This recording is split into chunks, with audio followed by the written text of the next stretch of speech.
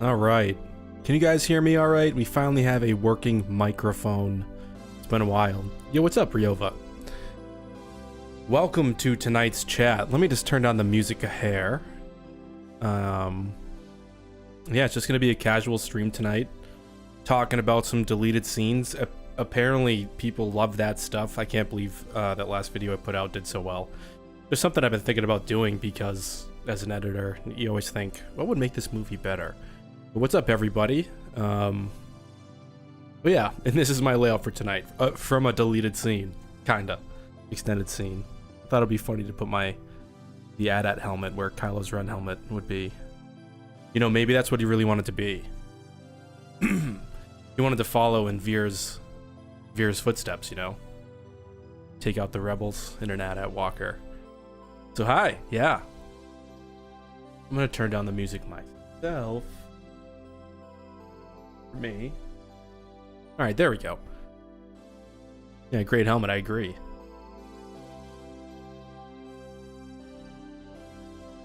I know, I should have put a Porg in there, huh? Tyler? I was thinking of like going back and quickly doing my design. I'm so bad at design, if you can't tell, looking at this backdrop. I just like cut out shapes and put them in things and make white lines, and I hope things look okay. I don't know. Whatever. But yeah, so what I was curious and the way I wanted to start off this stream was talking about the deleted scenes that you guys think should have definitely stayed in. And some people before the stream really kicked off have already kind of chimed in with a couple of their thoughts, but I have the chat expanded super big so I can see hopefully more people talking tonight and keep up with the chat. Last week it was like a firestorm. Yeah, Thomas, dude, I know exactly what you mean. I feel like the scars of disappointment of Tross have healed. I'll talk about that in a bit too. Somebody remind me of that point. Yeah, Cosmic Girl. That's a good point. So maybe we'll just start with Tross. It's still a thing that we're all either we're completely fine over, or the other half. It's another movie that split people down the middle. You either love it, you love the insanity of the film and how it pays off, or you're kind of like me, where like you're in the middle. You're like, yeah, some of it was great, some of it was really bizarre, kind of like a Jason Fry point of view, where he's like, it was exciting but bizarre. And then the other people are like, it ruined everything. You know, there's always going to be somebody that thinks that. So yeah, I feel like now I'm over that. I just don't care. It's just like, it's fun to watch for what it is. That's where I'm at. So hopefully you guys are beyond the misery stage if you were there. So yeah, let's talk about Chewie's scene. I actually think, and this is going to be pure speculation, because again, I can't prove anything. That I know a couple of scenes that were definitely filmed that weren't in the movie that I'll talk about based off of the social commercials that went on Facebook and like Twitter. I can't find them anywhere else anymore. Nobody like re-uploaded them. Usually like Star Wars Coffee has like an archive of this stuff. I'm subbed to that guy, so unfortunately nothing. But anyways, I feel like they did shoot the Chewie scene because the entire room that Chewie's in looks exactly like the concept art from the Art of Rise of Skywalker. Do you guys have the Art of book? I collect those. I think they're awesome. I don't care how bad the movie is. I still love looking at concept art from Star Wars. There's just a certain thing that's cool about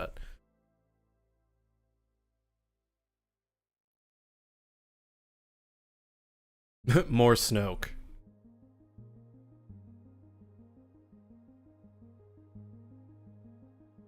Yeah, Arachnito.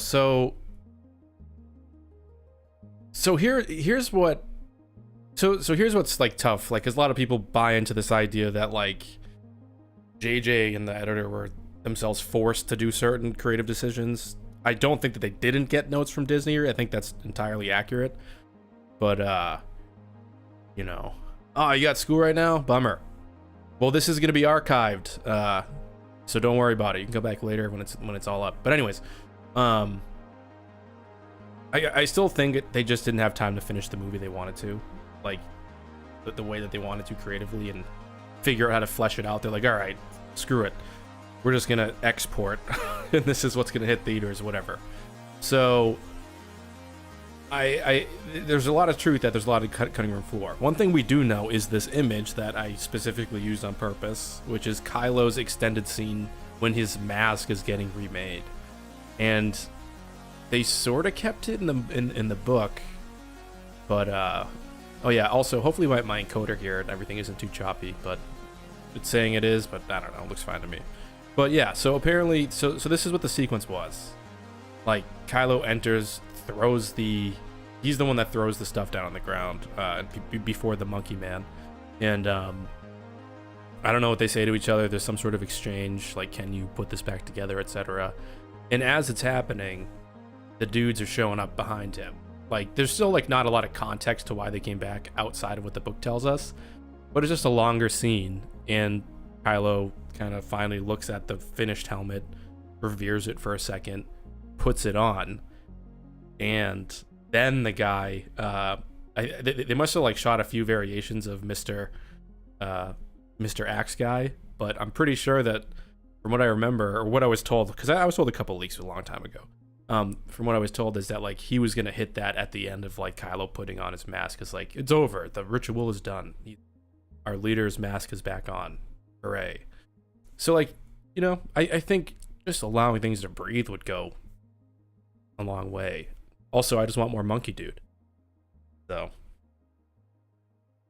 you know, and sometimes I'm like, they made it so short, his helmet coming back, it almost makes it like pointless that it did come back if there was just going to be only on for like really two scenes, 3 scenes, and then back off again. So, I don't know. Lord Vader is in the house. What up? Yeah, I agree, Billo. 20 more minutes.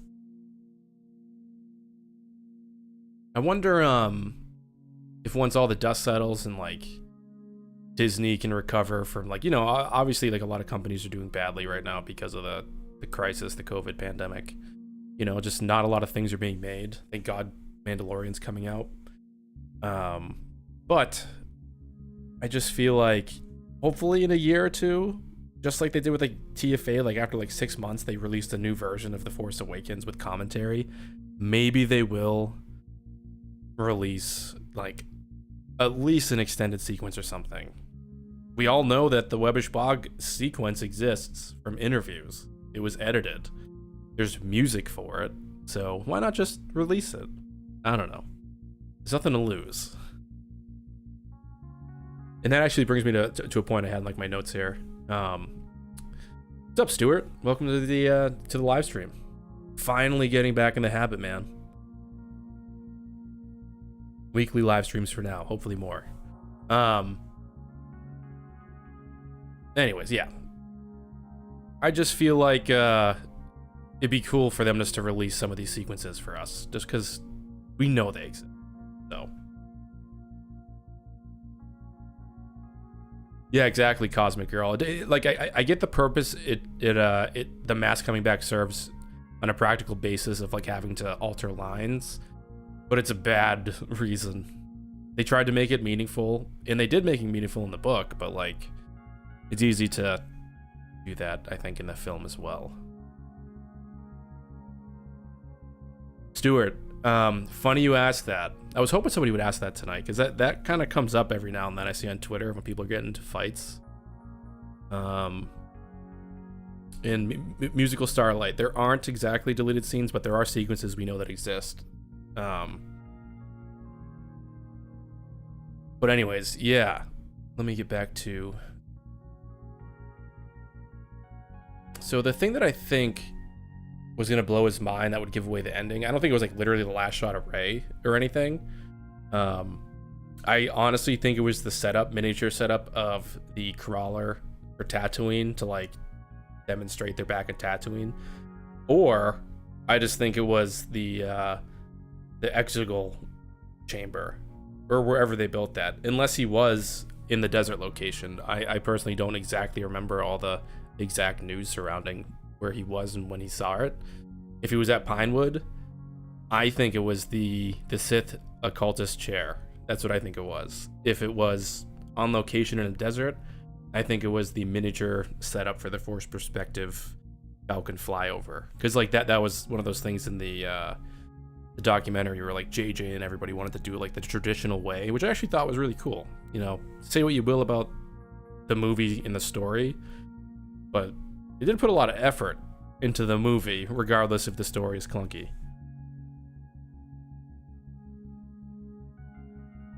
Yeah, R. Is that the name? R?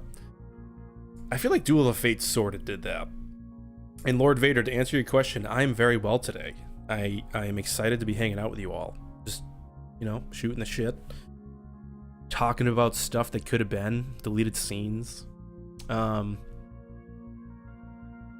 know, even with The Last Jedi, I feel like it's surprising Star Wars is afraid to hit the 3-hour mark. I guess I get it because of the young audience and the amount of times you can show a movie in theaters in a day. But it also is Star Wars, so should they even care? I don't know. I sat through Blade Runner 2049, thought it was amazing. That was pretty long. But wasn't that like 2 hours and 40 minutes? I don't really feel like The Last Jedi is that long. And The Rise of Skywalker feels too short.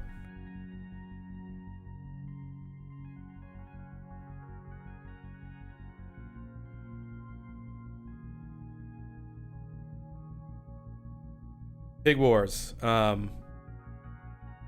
Here's what I think. Oh, thanks so much, Doug. Thanks so much for supporting.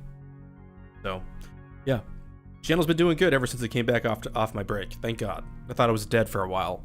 I was still gonna make content, but I was like, that's it. Star Wars season's over. But anyways, somebody was talking about The Last Jedi. Let me take a sip of water real quick.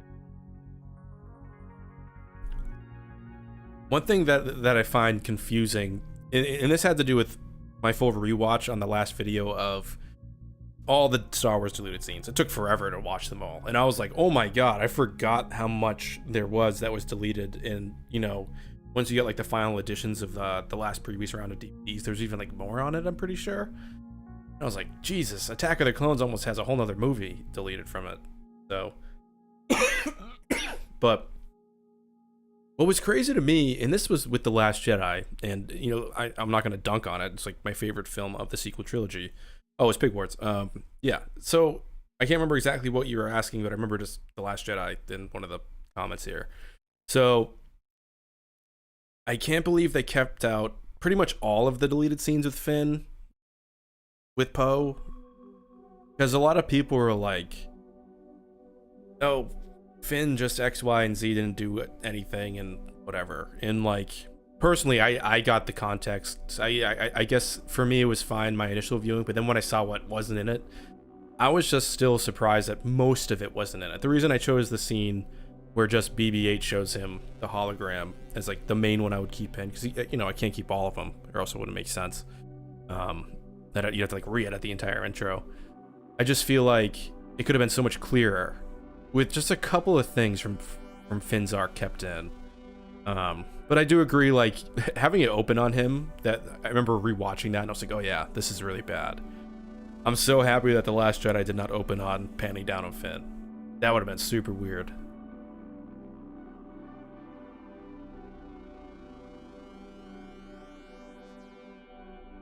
So you think, so, well, okay, Pig Wars, interesting question. I guess, I mean, personally, okay, so my perspective is, I don't think it did recontextualize what we were thought to have known, right, about Rey. And that's really the only thing that we're specifically talking about.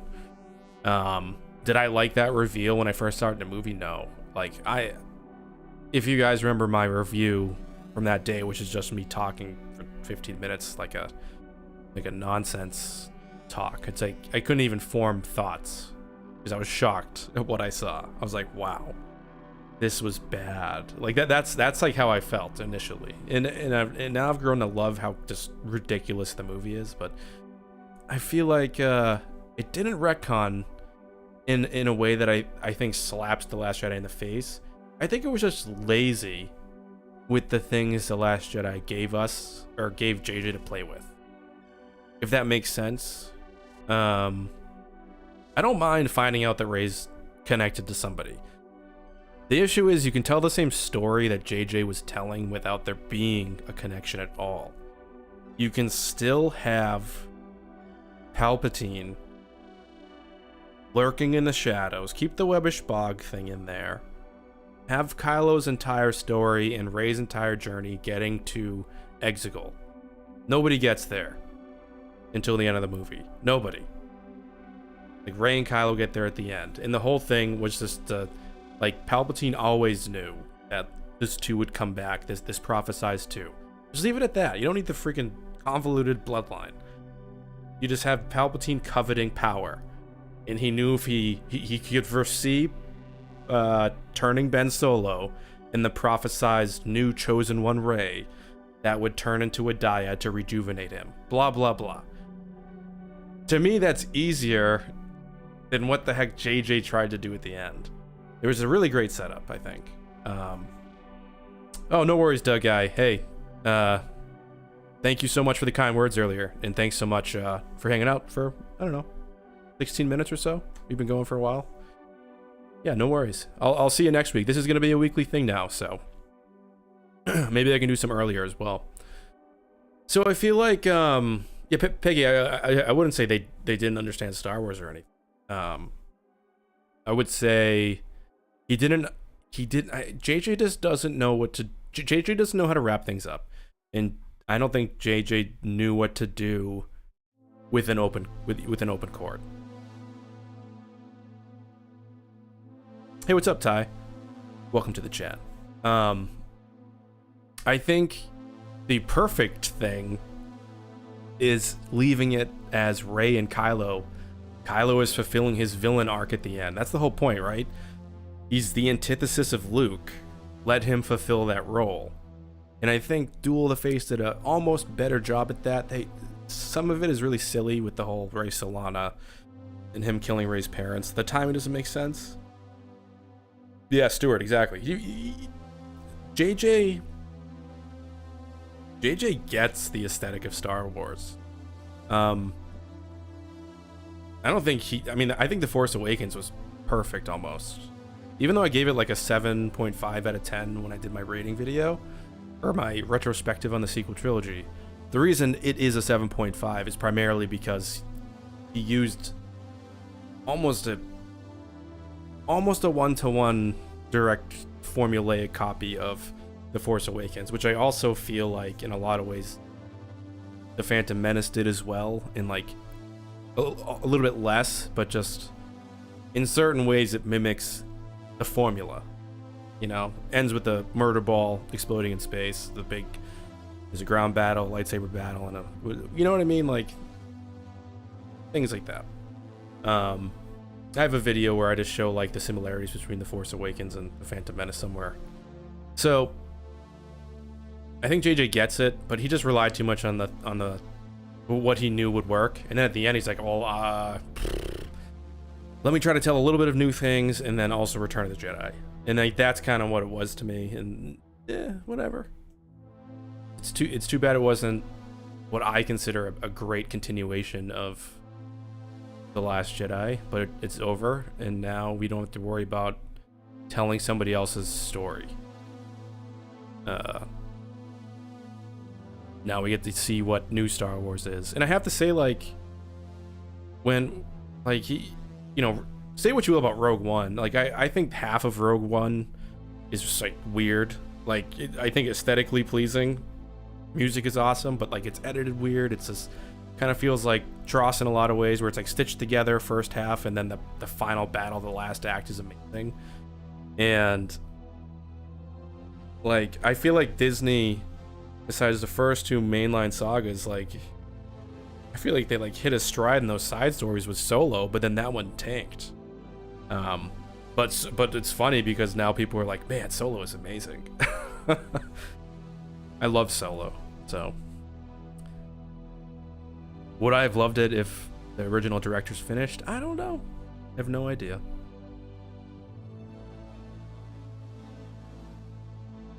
Pauline, I think it's fine to not like him. It's kind of like where I'm at too, where people respectfully disagree with me about in accent. I'll answer your question in a second. When people just like disagree and it's not like a dunk fest where they're like, my intellect and like my social life online depends on my point of view. If people aren't coming at it from that angle, then I'm like, all right, I'm open to listen. But like, there's a lot of people where you know that they're just like, they're in the fight, they're heated still on Twitter, and like, it's just annoying. But if they just come at it and say like, you know, just this thing isn't working for me for these reasons, and like, I can't say that they're wrong. I mean, I follow hey, take it easy, R. Thanks for hanging out. So I follow Just Right and JXE, who both despise. Well, one of them loves The Last Jedi. The other guy hates pretty much the sequel trilogy. Hold on. Just gotta take a sip of water. But they both made really great videos on why The Rise of Skywalker just isn't good. And like, while I agree with a lot of things and I disagree with a lot of things, but it's just like, it's well delivered explanations on this rushed movie that we all noticed that's really rushed. It feels like a music video almost. So, well, yeah, I don't know. It's just one of those things where like, it's there's some people in the objective crowd that aren't as hot takey as others, where I can actually tolerate and listen, and it's delivered in a timely fashion. So I don't know. Yeah, Just Right. Even filming stuff, like, he pointed out one of the most significant things I didn't even think of in my first experience.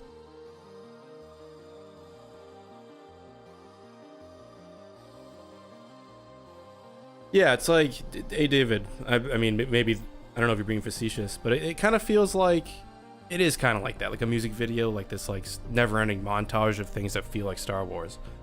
But so earlier in the chat, somebody brought up something about if I saw the amount of care that went into The Last Jedi from the documentary that came with it, you know, the full length. Yeah, I remember Rian Johnson.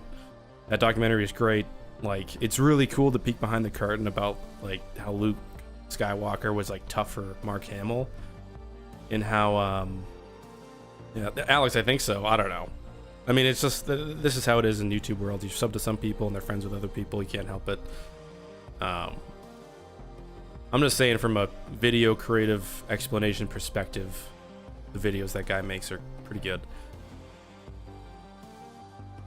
But yeah, I disagree with him on TLJ. I think it's great. TLJ is amazing to me. But yeah, I think in every one of the sequel films, you can't say that nobody gave a shit about making the movies. I think it would be great if they all got the TLJ treatment in terms of like getting a full documentary that was like about how the people felt when they made the movie, more than just like, here's a bunch of sequences of like them making the movie and like people are hyped, which is like kind of what we got with The Rise of Skywalker, but still we got a lot of stuff in terms of that documentary.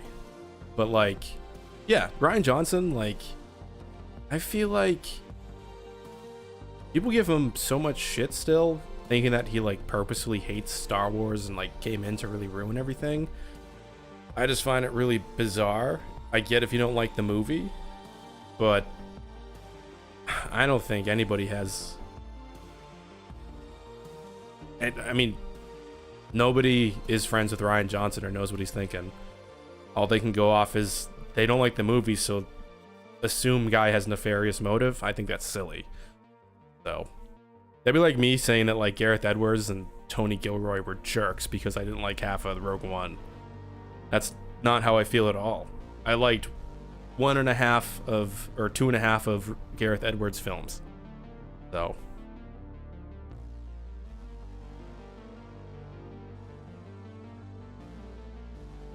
to be honest, Alex, I don't even remember the Force Awakens documentary. It's been a long time. Like I rewatched that maybe a half month ago or something like that. Like it's sort of on in the background all the time.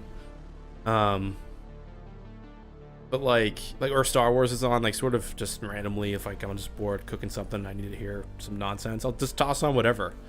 So usually it's on. But I don't remember much of the, like, it was surprising and cool to go back through the deleted scenes and extras for The Force Awakens the other day.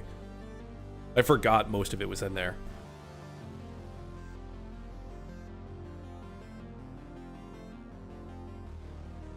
Well, so interesting point, Josh. So I think he's just like any one of us, and I think what people think is non-cordialness, or might really just be what one considers a fun, snarky back and forth, or like somebody being like, "Well, matter of fact, I think it's like this," and it's like, we all do it on Twitter, and I think putting the pressure on somebody to acknowledge almost everybody's opinion equally is like almost impossible. But I really never saw anything other than the term "man baby" and like bigots and racists for people that were being that way legitimately thrown out. But I never saw Rian Johnson go, "If you don't like my movie, you're wrong." That never happened.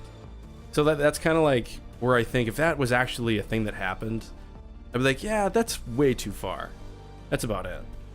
So, but like, he's just like one of us. He happens to be a director in Hollywood, but he's also just like a stupid human like us, right? Like we all do. Like we like to poke the bear. He knows what the fandom is. He even talks to it. He goes, I know how volatile this fandom is. So I don't know. I mean, should he poke the bear? Maybe not. But I saw nothing wrong with what I've seen on Twitter. I've seen more volatile stuff aimed at him than I've seen the reverse of. You know, there's a whole Mike Zero thing.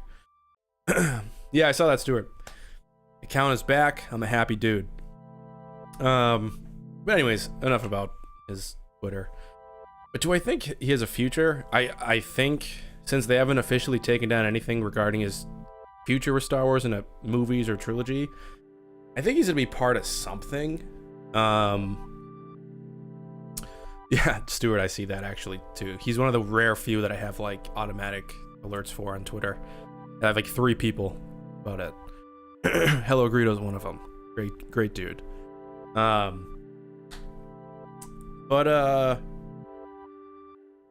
I hope he has a future. I think he has the right outlook on Star Wars. And what I mean by that is that he gets that like being self-referential is a thing right now because there's a lot of the soft reboot thing still going on. We're still finishing a soft rebooted version of Jurassic Park.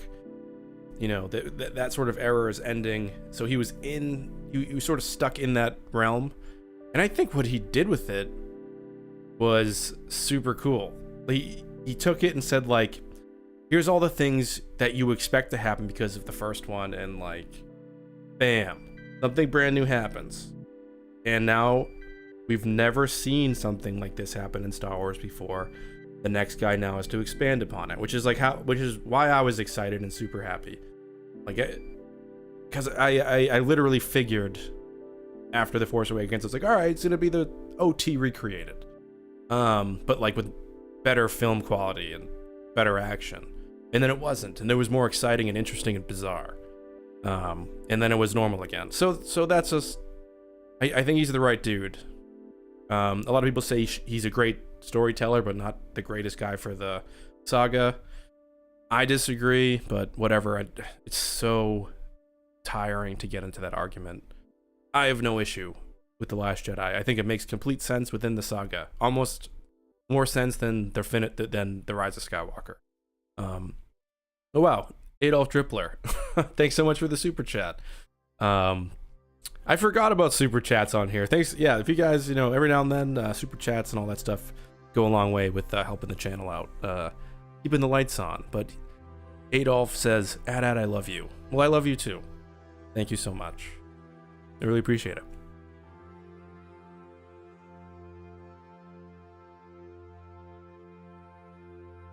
Take a little sip of water. Secretly Yeah, Matt. Yeah, he's why I started doing this, because I was like, I like the silly, wacky kind of not as serious look at Star Wars for the most part. I know I make some serious videos on here when I feel like it, but like then for a lot of my videos are just kind of like casual, like observations about things. So like I kind of like that style and the parody style that he has. It's super awesome. So he has a pretty cool positive outlook on everything. Oh man, thanks so much, Adolf.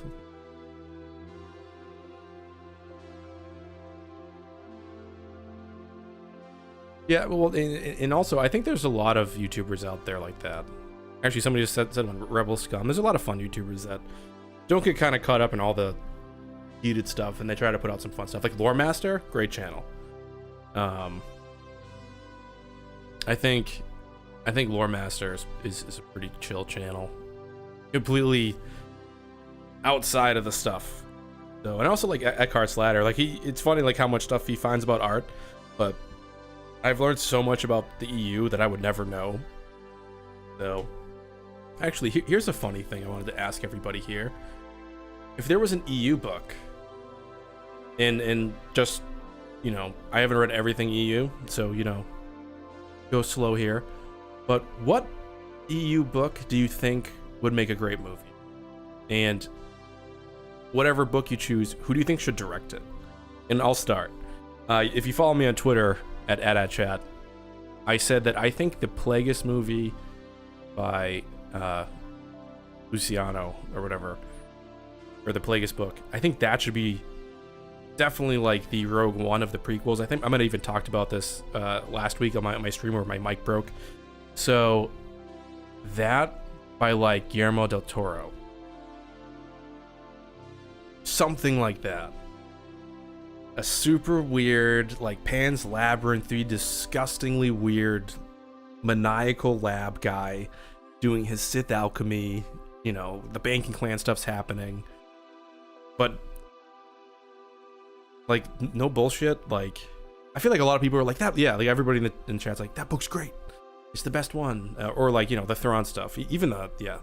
I'm actually just reading Spectre of the Past right now. But yeah, everybody loves Plagueis. And I'm like, dude, this is the Rogue One of the prequels. We need it to happen. And then Rise of Skywalker sort of confirmed things we think of, that confirmed what we thought from the EU about the relationship with Plagueis, etc. He really did know the secret to eternal life. So like, why not make that canon now, that book, and then make it into a movie? So,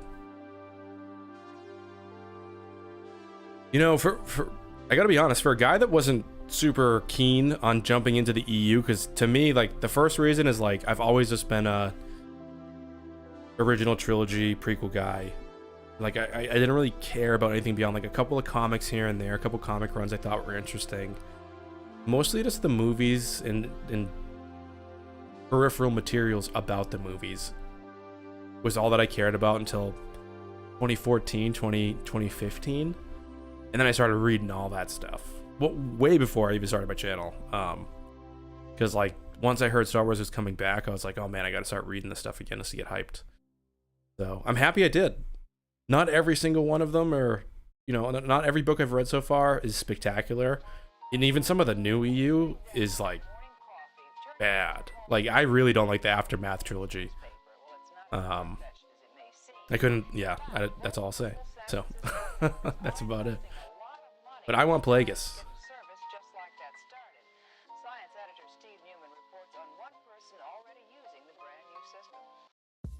Oh, it's like, is there a radio playing? And then I realized it was part of the song.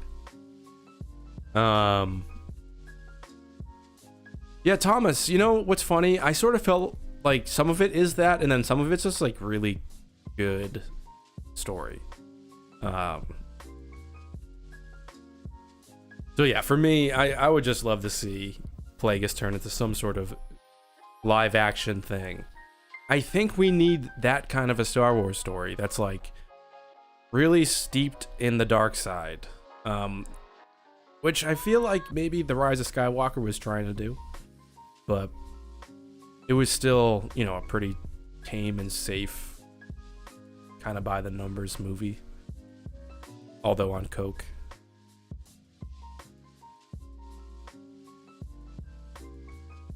Yeah, probably Elijah. Yeah, you're probably right. Kind of my hope. There's a lot of speculation on what's going on with Kenobi, but it's like, yeah, hey David. I mean, I feel like that's what, like, anything outside of the movies is kind of fan fiction, theoretically. I feel like, but yeah, I guess all I'm getting at is, like, man, we need a dark, weird, disturbing, you know, makes a couple kids have nightmares, Star Wars film, like, you know, the 80s movies. If you saw the clip of Morla from the Neverending Story, like, when I was super little, that was freaky as hell to me. Like, we need that stuff, the weird from the 80s back, which we almost got with Webbish. So it's like, it's that creepy kid stuff from the 80s that was so cool. Oh, thanks so much, Matt. Yeah, most of my live streams are like, here's kind of a topic, and we kind of stay on topic, but most of the time I like just seeing where the chat goes, because at the end of the day, we're all just hanging out.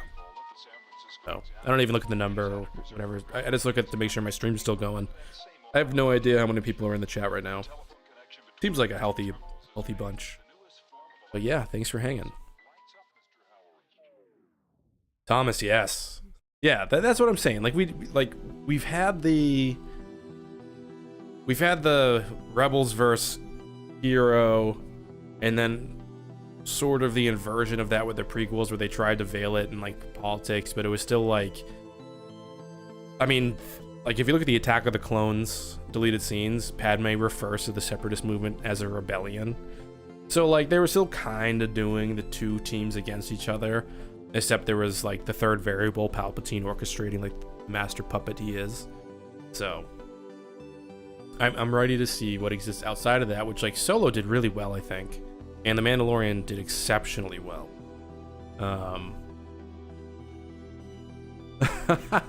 Group therapy.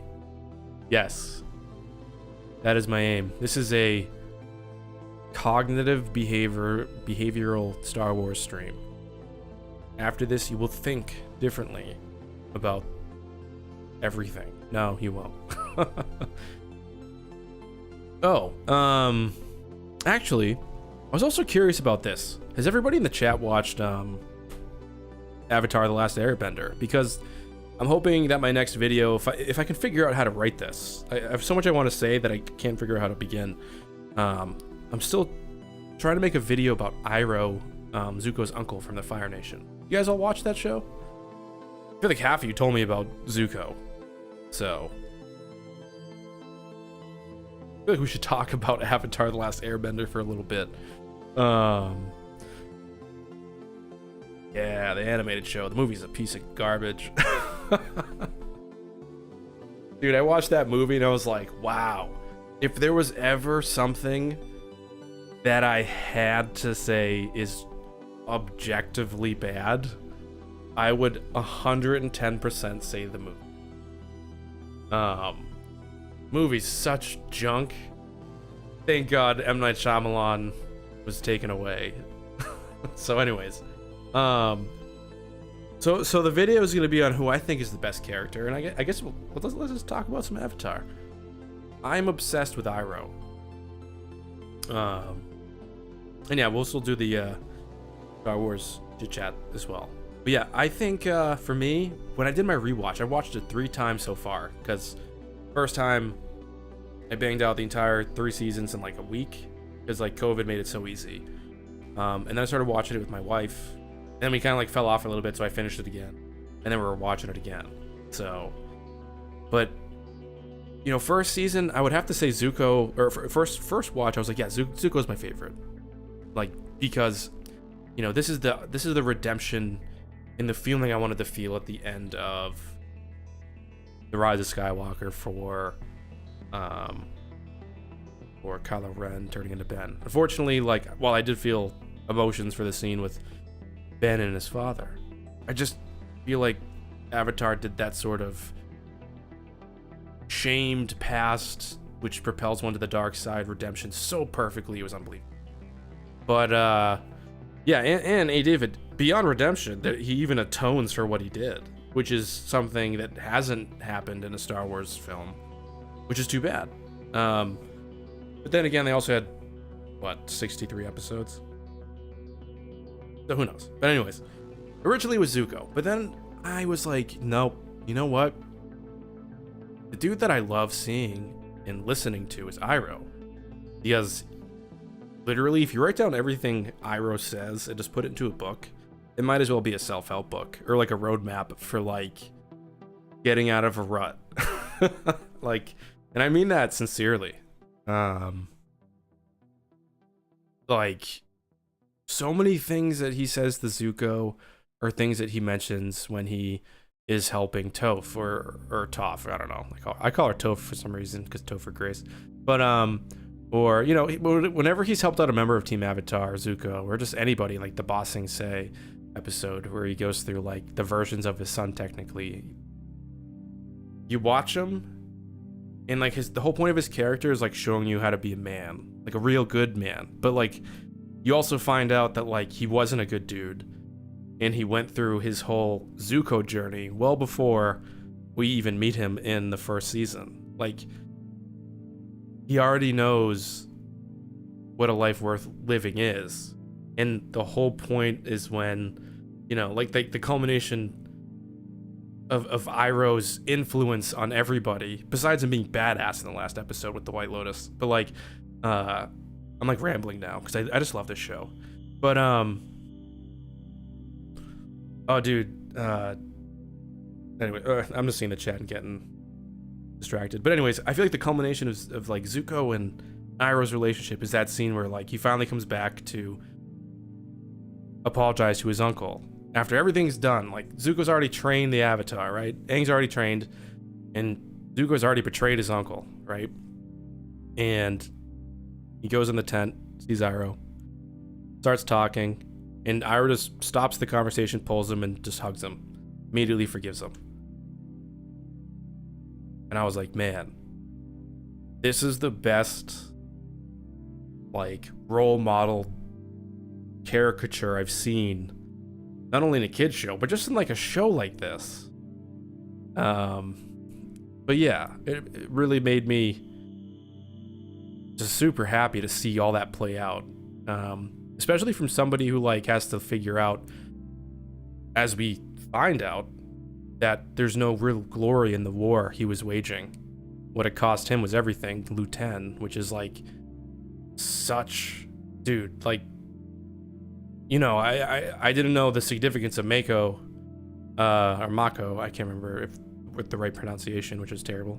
But I didn't really know the significance behind that, even beyond the episode. But if you don't feel like you need to cry after Iroh sings, like Leaves from the Vine to the image of his dead son, you might not have a soul. But yeah, I love Iroh. So it sounds like you guys like the show. So that's going to be the next video. Me just kind of talking about all of what I just said and hopefully it making sense. Or a Star Wars video, and then I eventually get to this. Yeah, Zeno, I was worried you lost your way, and they're both crying. I'm just like, Jesus.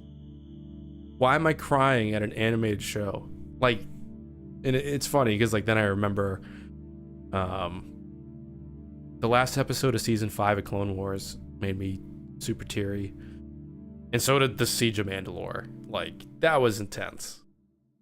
That was better than the Rise of Skywalker.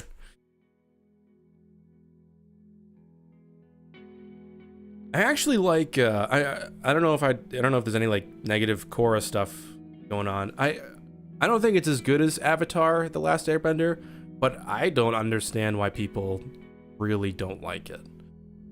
I think it's a pretty solid show. I was surprised to find out that people didn't like seeing a lot of the Spirit World stuff, because I thought the fight, I'm not going to remember the name of the the spirit god, the evil god that was like the dark god in the spirit world that she fights. But I actually really liked how weird that was. It was like Lovecraftian horror for kids. So, I don't know. Does anybody agree? Am I alone?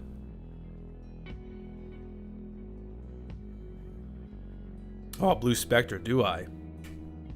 Well, I have a box of stuff because I need to put up another shelving unit, but I have like, I mean, I guess this is embarrassing. I don't know, $1,000 worth of junk, like Star Wars stuff, a couple helmets, a lot of Black Series toys, even some stuff that's not Star Wars. Like, I love the Ninja Turtles 1990s movie, so I have replicas of those turtles that are like 14 inches.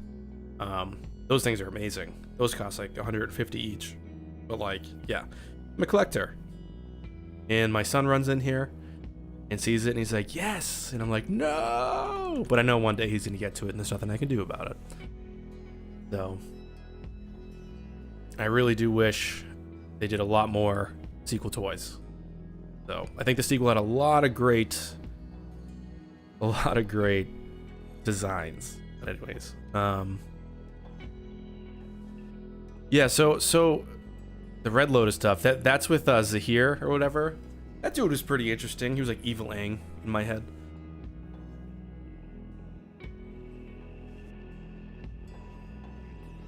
Yeah, Thomas, so earlier you said Legend of Korra is better at world building, but Avatar is better at characterization. Hard for me to say. So I just think in terms of like having a true north, Avatar, the Last Airbender, like kind of, it felt like it had a true north, whereas Korra kind of, I think, meandered a little bit sometimes. But I mean, I don't know. Beyond that, it was a cool show. I think it was fine. It just, I see videos that are like, why it's garbage, and I'm like, is it though? I don't think so.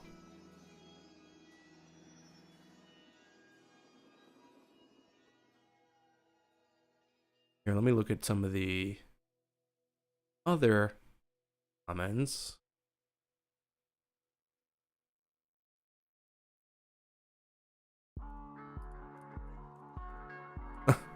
Mindset teenagers.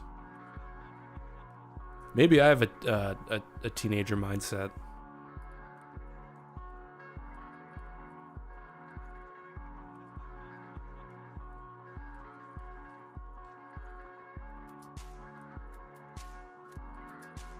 Yeah, I feel like if people didn't like it, I'm just gonna be like, yeah, it's fine. Like, but I think like hating it, making a video about it, it's like excessive. I see some people talking about Palpy and Truss. You know what's funny? Does speaking of deleted scenes, we all know that those like Rose sequences were shot. And like, you know, it's on record, the directors or whatever, they're talking about what they cut with Leia due to like not being able to sequence what they thought would work regarding the CGI. Like, they never got even to that stage with some of the sequences, so those threads were cut.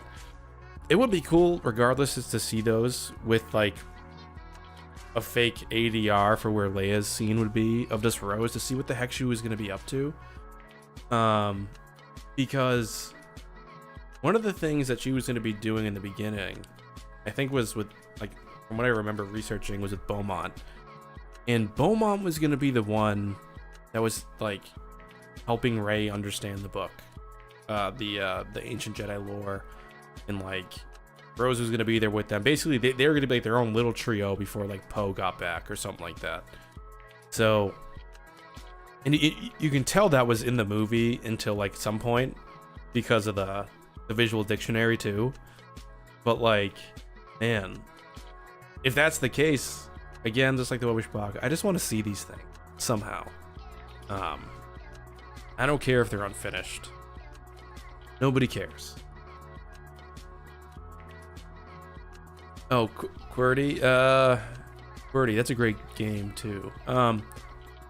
Do I think people will ever start appreciating the sequels in the future once we've had a little more time with them? Of course. I grew up, like, a lot of people that don't like the sequels are the people that grew up, that were a little bit, like, I'd say like 5 years younger than me. I'd say a lot of people like 5 years younger than me, maybe 10 years younger, were like the prequels were like their Star Wars. I think this sequel being like a return to the OT aesthetic probably was jarring for a lot of people. So they're like, this isn't Star Wars, and they've grown up with like so much prequel content. So I think this generation that's like 3 to 10, in 15 years or whatever, they're gonna think there's nothing wrong with this series. I think they're gonna look at it just like, hey, it's just a goofy space odyssey, just like the OT. Like, do people really think Return of the Jedi is a brilliant story? I don't think it is, but it was my #1 Star Wars film for a long time, until The Last Jedi. So, but like, I don't know. We can all allow for there to be lesser Star Wars movies without thinking it ruined everything, and realizing that other people also might love that movie.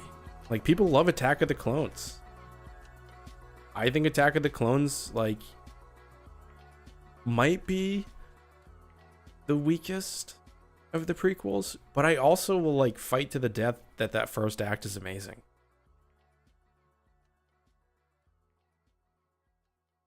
The first Ahsoka Tano's in the house. General Kenobi, or General Ahsoka. Yeah. Oh yeah. Let me skip this one. So obviously, HG, Hello Greedo. Let me go to a different song. There we go. You know, I wonder if there'll even be any other movies that are like a trilogy based kind of thing. I kind of hope that they're done with forcing themselves into a box of having to fill potentially 9 hours of story. If they can tell a really good new Star Wars film in one film, awesome. If it's 2 hours and 40 minutes and that's it, great. If it's just 2 movies, sweet. I get that we're all used to, like, it has to be a trilogy, and then in between the trilogies we'll have this because of, you know, with the anthologies. I don't think that needs to happen anymore. So I just want whatever comes out next to be thought out, because I will never, like, pretend that, you know, there wasn't an issue with not planning the entire arc here. It's fine if the original trilogy wasn't exactly planned out, which it wasn't. Like, it was kind of switching up like the entire time, but still George had like sort of a true north, but, you know, it was moving around. But the sequels at the end, it was just like, let's just race to the finish. So that's the way it is.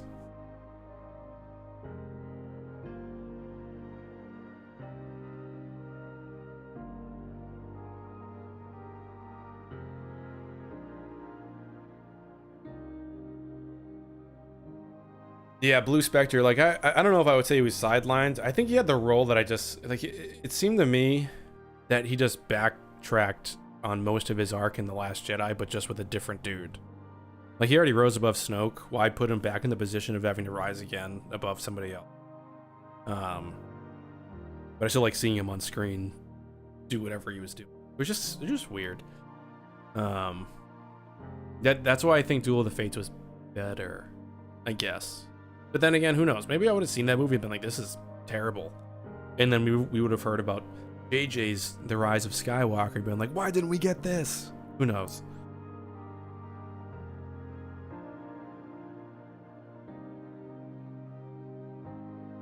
Oh yeah, this is like one of the first songs. This music playing is like one of the first songs I bought in one of my first videos on the channel from like 2 or 3 years ago. Hilarious.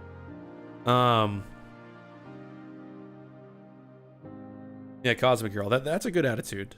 It's just like, not all Star Wars films are going to be good. And what I mean by that is, like, they're not all going to be a universally loved Empire Strikes Back kind of ordeal. Well, like, this is perfect. I mean, I legitimately think The Last Jedi and Rogue One are equally split. Like, I see those two movies, like, half of people are like, this movie's amazing, and the other half it's like, this movie made no sense and has no story. And like, I'm in the middle ground. But it's surprising that like Rogue One doesn't have like a hate fandom behind it. You know what I mean? But The Last Jedi does. So I don't know. Ahsoka Tano. If they go for Old Republic, I just hope it isn't what I'm just worried about it being things that I already know. I want to be surprised by things. Again, which is kind of why I think the High Republic will be interesting. I just hope it's, I hope it's a really good story, whatever they're going for. So far, that first chapter was cool.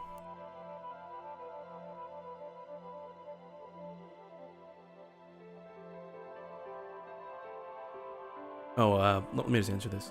Darmax, do you think that any movement like Save Duel of the Fates can bring it to some shape or form?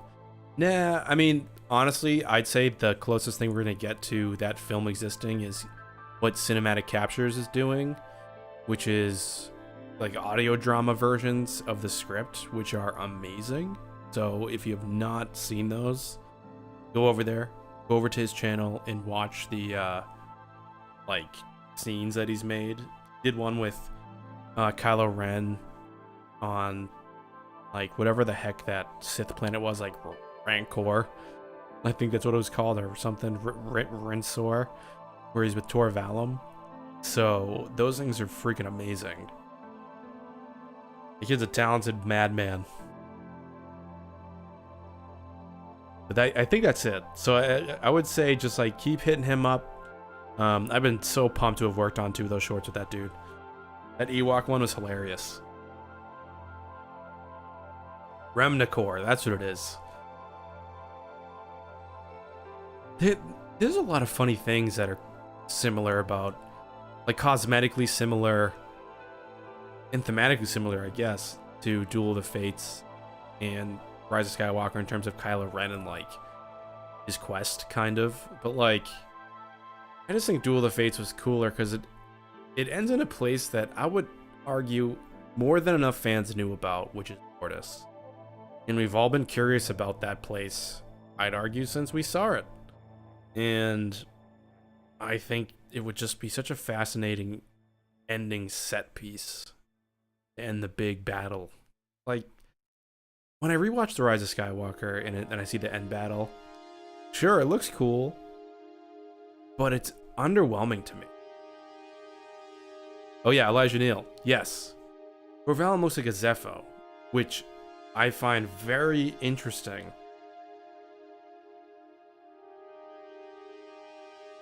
I'm really wondering if that's what it was inspired by, and if it was in a tie-in somehow, because that would have been so neat.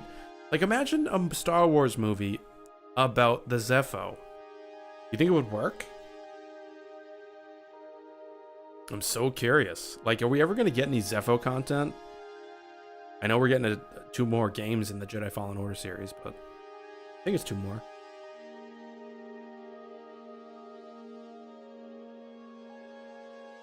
J. Williams, yeah, I pretty much love all of the acts of Solo.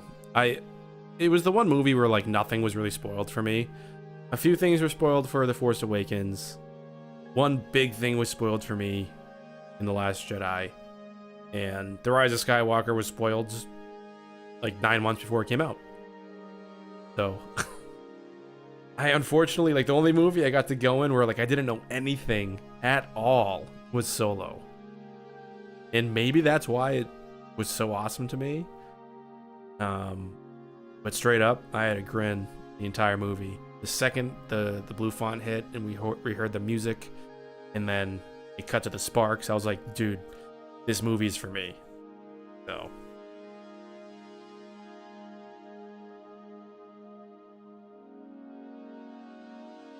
yeah, I don't even know what the hell Jedi Fallen Order 2 is going to be about. Like, we got rid of the holocron or whatever that has like all the known whereabouts of all the Jedi, and which is what that's what I originally thought the Rise of Skywalker's MacGuffin was gonna be before Jedi Fallen Order came out. And then when that was the end of the game, I was like, God damn it, my video makes no sense now. So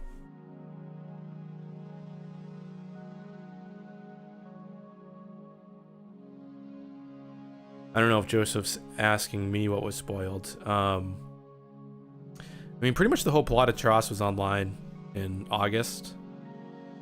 Like almost, like including the initial working cut. So somebody was bitter on the inside, or just like somebody took a big risk. So I have no idea. Anyways, with TLJ, the thing that was spoiled for me was what Luke was gonna do. Oh, Pig Wars. Wait, are you heading out? Take it easy. Thanks for hanging out. Anybody who's heading out, thanks for hanging.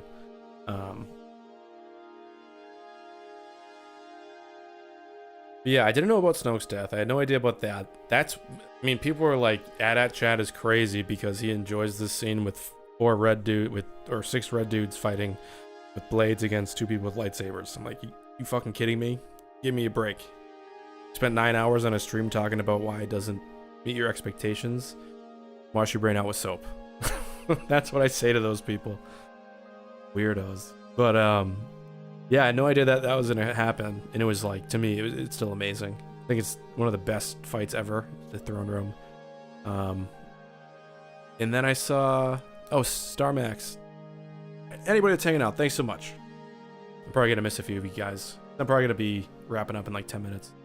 But yeah, it was the Luke fading away after the Kyle thing, so like the whole projection thing, and I was like, oh man, because like to me that was like one of the coolest moments in the movie. Like, I don't know, there's a few, like there are things that like look like Star Wars, and there's things that feel like Star Wars, and I feel like that scene felt like a Star Warsy weird like thing.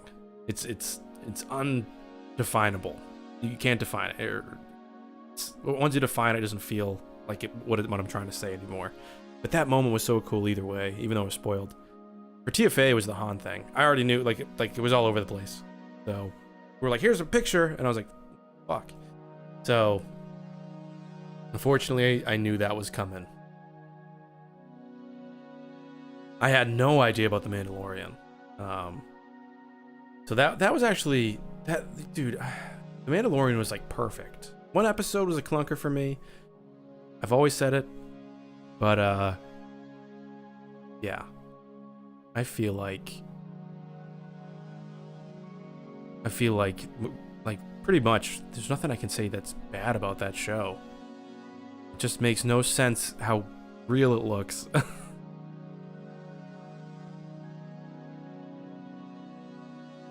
Don't do it.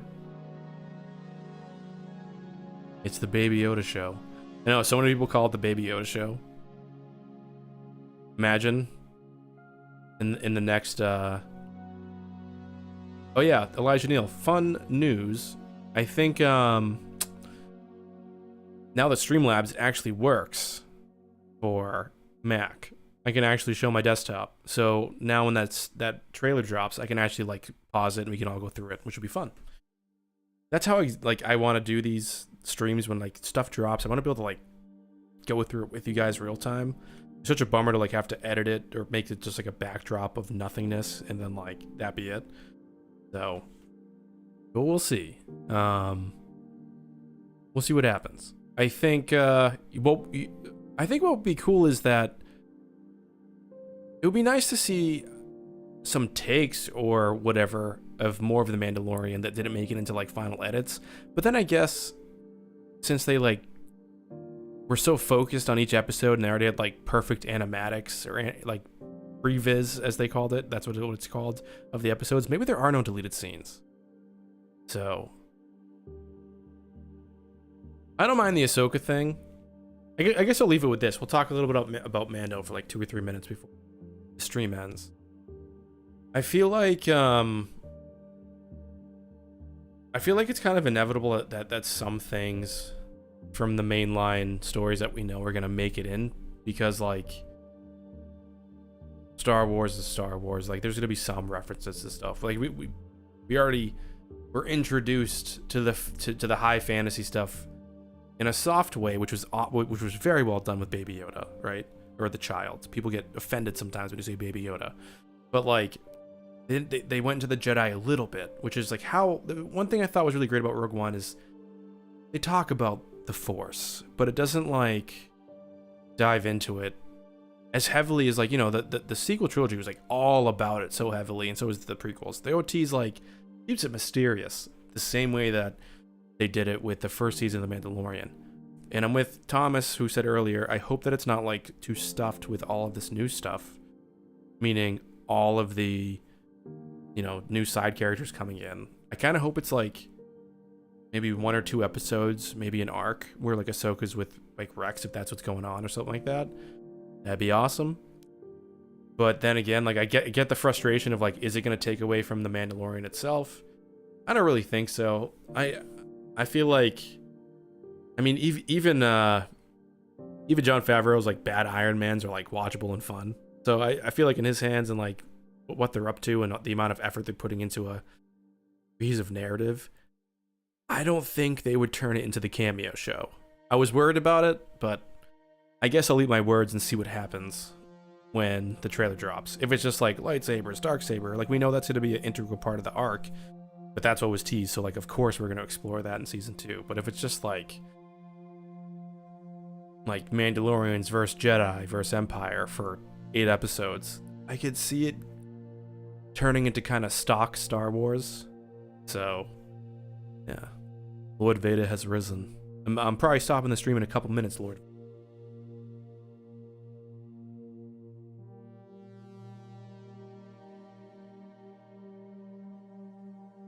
Yeah, Obi-Wan Kenobi. It would be cool to finally see something that uses the Knights of Ren in a way that is awesome, instead of like people that stand in suits.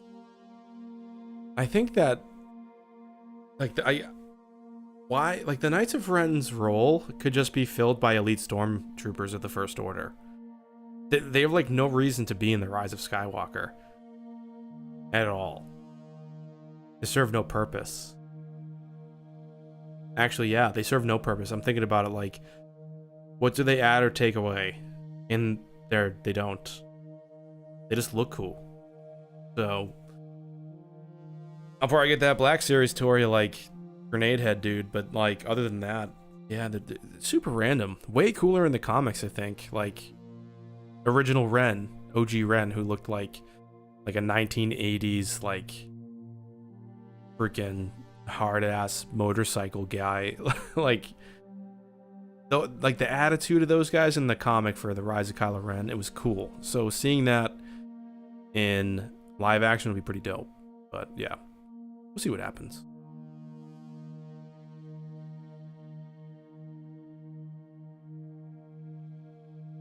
Man, if that happened, if the Mandalorian fought Luke Skywalker, I'd poop my pants. I wouldn't tell anybody though. That's the only time you're ever gonna hear about it. Oh, build up. I completely agree. I actually compared. I feel like Boba had more to do. I compared the Knights of Ren to like the Gamorrean guards in Return of the Jedi. They're just like there, and then one gets eaten, and the other guys just get like pushed aside. And that's it. They're just existing, and they're cool. That's about it.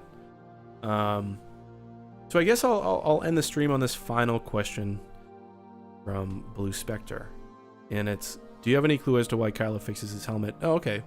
Yeah, we went over this earlier. So I think there was an intent, and then there's an extended version of that scene which we could see in some of the social commercials that were released on like Facebook and Twitter, but for some reason I can't find that stuff anymore, and it like showed Kylo actually putting on the helmet more than him just like looking at it, and there's like a longer front angle, which is what I have here in my my live stream is the background image. Like there was like more to this. There was an exterior shot, like establishing the setting. Like people were like, "Oh, this is aboard the Night Buzzard." No, it wasn't. It was on this like random place that had like a spire, and like inside this spire tower place was Monkey Man guy, and all of them convened. So like that's what I know, and like it. I suppose it plays out like it does in the book, where it's like sort of ritualistic, like he's donning the mask that like denotes his rule over the Knights of Ren. But I mean, there's really no narrative reference within The Rise of Skywalker at all, beyond what JJ said, that it's a Kintsugi reference. Because like that's what I initially thought too.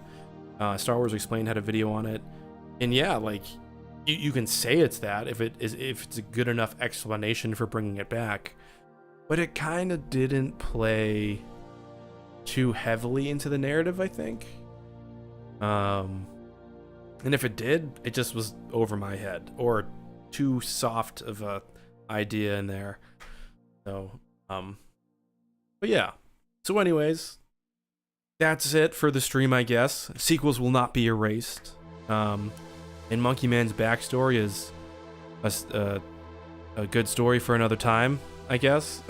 But yeah, for everybody in the chat hanging out that's stuck with me for this, hour and 11 minutes? Wow, that's a long time. It doesn't feel like that long. I will be doing this again in like a week, maybe less. Just trying to get back in the habit of doing this every week because I can't do as many videos for now as I used to do. So it's gonna be like, one stream a week, 2 videos a week, something like that. So plan on hopefully, either a video about Iroh coming up next, and just why I love the character. It'll be a lot of stuff that I'm sure everybody's already heard, or things that we already know, but I just want to talk about him, because Iroh's amazing. Iroh's an ideal I want to strive for. I don't want to, have anybody die and go on a spiritual journey or anything. But yeah. And then the other option is going to be kind of talking about Luke Skywalker again in his final arc in the sequel trilogy, and talking about The Last Jedi, and why I'm so thankful that at least we got one movie in the sequel trilogy, love it or hate it, that told a full story in and of itself and gave a full arc to somebody. So I kind of just wanted to walk back through Luke and just why I was really happy, or feel even more happy now about The Last Jedi and like its portrayal of Luke Skywalker. So, as always, may the Force be with you. I am Nick from the AT chat, and I hope you guys have a great, what is it, Monday? I hope you guys have a great rest of your Monday night, and that's it. I'll see you guys next time.